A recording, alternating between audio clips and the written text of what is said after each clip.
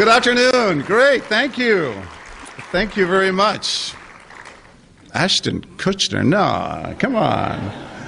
I'm better looking, right? Thank you, Floyd. It is so nice to be introduced by someone who can pronounce Quinones, right? I mean, it's not the easiest name to pronounce. Even at ABC, people massacre my name.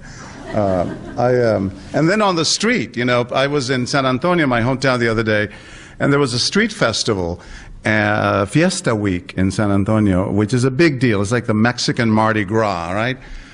And people drink a lot of tequila at these events. And this young girl ran up to me, and she was clearly not Hispanic. She had blonde hair, blue eyes, and clearly had had a lot of margaritas.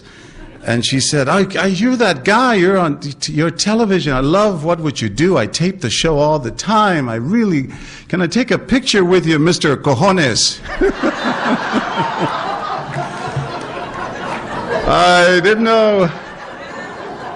know whether it was a compliment or an insult. I took it as a compliment. I said, that's right, I'm Mr. Cojones. Yeah. So thank you for pronouncing Quinones. Quinones. Órale. And I do this show called What Would You Do, right? Where we put hidden cameras on. It's like a candid camera of ethics. So you've been warned. If the person next to you at the table passes out and you step over them to go get a drink, you're going to have me to talk to about that. It's great to be at Angelo State University. Great to be back in Texas. I was born and raised. 7 generations of my family are from Texas, South Texas. I love it when people say, "Oh, you're Mexican American, John. So nice. When did your family come over from Mexico?" It's like, listen, we never crossed the border. The border crossed us, you know? So don't tell me about borders. And I apologize for having to reschedule this event. We were going to do it a few days ago, but this hurricane came to New York, and you know the media, they blew it way out of proportion, and and it wasn't all that bad, at least not in Manhattan, not where I live. But of course, around New Jersey and Connecticut, it took some pretty hard hits. So thank you for rescheduling it. I have the best job in the world. I'm a reporter. I always wanted to be a reporter. I'm lucky enough to work for ABC News, which has allowed me to go all over the world, to Africa and Latin America and the North Pole and the South Pole. I've interviewed everyone from Jane Goodall in Africa, who grew up with chimpanzees, you know, spent 30 years studying chimpanzees, everyone from her to Fidel Castro and Cuba, to the president and Bill Clinton. It's been a wonderful life. In fact, and some celebrities along the way. I just interviewed Mark Anthony a couple of days ago, and it's going to be on Good Morning America tomorrow morning. I've got to get back to New York to be on the set and talk about you know, his divorce from Jennifer Lopez, and he has been very quiet up until now, and I feel very honored that he felt comfortable enough. He told me, he said, "I feel safe with you, John." So that was very sweet, and it'll be on Nightline tomorrow night, and we're going to preview a little bit of it on Good Morning America in the morning. So yes, I feel very privileged. But I think what many people, when they see me on television, don't realize, I mean, because it is, you know, I get to stand up there with Diane Sawyer and Barbara Walters and people who I think watch me on TV and don't know me from before don't realize that I grew up in the barrio. I mean, we know some people say we were poor and we didn't know it. We knew we were poor. We had an old black and white television, and we saw how the other side lived. Spoke no English. When I was 6 years old, first day of school, no English. My parents spoke very little. My dad was a janitor. My mom used to clean houses. I would go do yard work on Saturdays with my father, and we would charge $25 per lawn, and I would help him on Saturdays. They spoke very little English, and I spoke zero when I was 6 years old. On the first day of school, you know, it was before bilingual education. Forget it. You know, I had there was no preschool or kindergarten or any of that. So right away I get thrown into the first day of school, first grade, first day of school. The teacher doesn't speak Spanish. I don't speak English. The bell rings at 10 in the morning, right? So it's recess.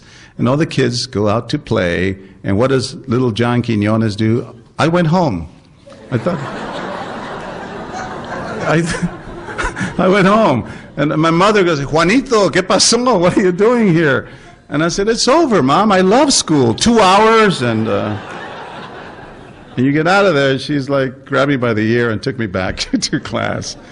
And then my sister, who was 3 years ahead of me, tells me that they would always call her and say, Irma, your little brother, he refuses to speak English.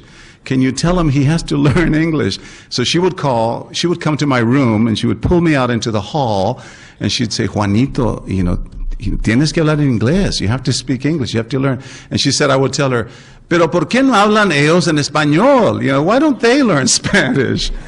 I was a little militant back then, and of course, I'm very glad I learned the language. I wouldn't be here today, but it was tough. I used to shine shoes with my cousin Joey on Guadalupe Street when I was 8 years old, and that career lasted until a gang jumped us and took all my rags and my shoe polish and my earnings. So that was the end of that career. When I was 13, we were migrant farm workers. My family joined a caravan. My father was let go from work. So we followed a caravan, got in the back of a truck, and we traveled all the way to Michigan.